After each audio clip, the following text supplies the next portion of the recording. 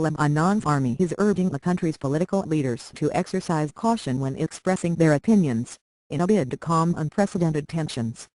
The army's statement comes after clashes broke out in several areas, following the killing of a senior security official on Friday. Map, Kotzkas neighborhood of Beirut, Lebanon. In Beirut, army tanks deployed in flashpoint districts after clashes between supporters of the Shiite Hezbollah militia and the Sunni Future movement.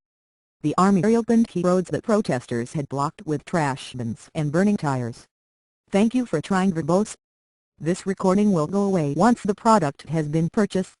Deputy Prime Minister Samir al-Muqbil, part of the current government coalition supported by the pro-Syrian Hezbollah, urged opposing sides to solve their problems calmly via democratic means, saying there is no solution other than talks. Derek Plumley, UN Special Coordinator for Lebanon, also called on all sides to discuss their differences peacefully. After meeting with Lebanese President Michel Suleiman, Plumley said UN Security Council nations are calling on all parties to preserve the country's unity in the face of attempts to destabilize it, adding that all 5 nations support President Suleiman's mediation efforts. Thank you for trying verbose. This recording will go away once the product has been purchased.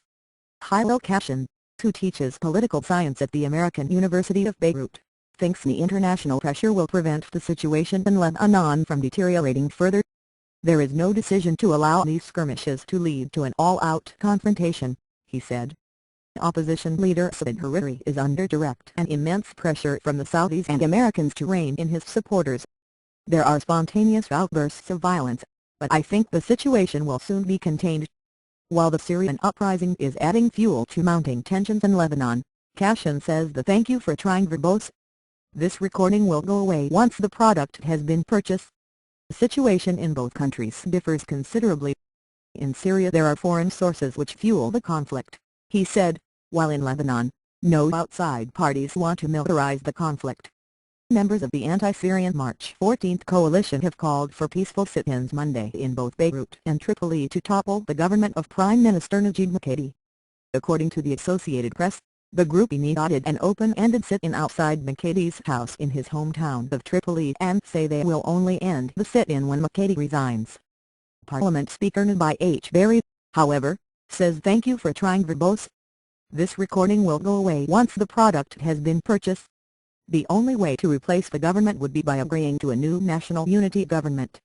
Recent clashes, the worst of which were in the northern city of Tripoli, where at least 3 people died in gunfire exchanges, followed Sunday's funeral for Brigadier General Wissam al-Hassan, the Sunni Muslim intelligence chief opposed to the Syrian leadership who was killed in a Friday car bombing.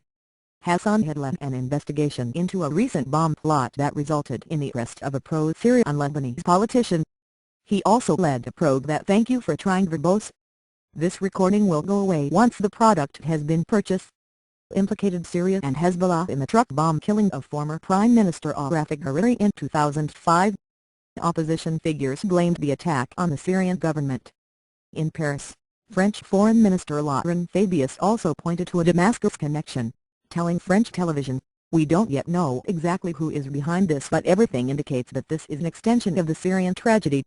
Lebanon's religious communities are divided between those who support the Syrian government, including many Shiites, and those mostly from the Sunni community who back the rebels.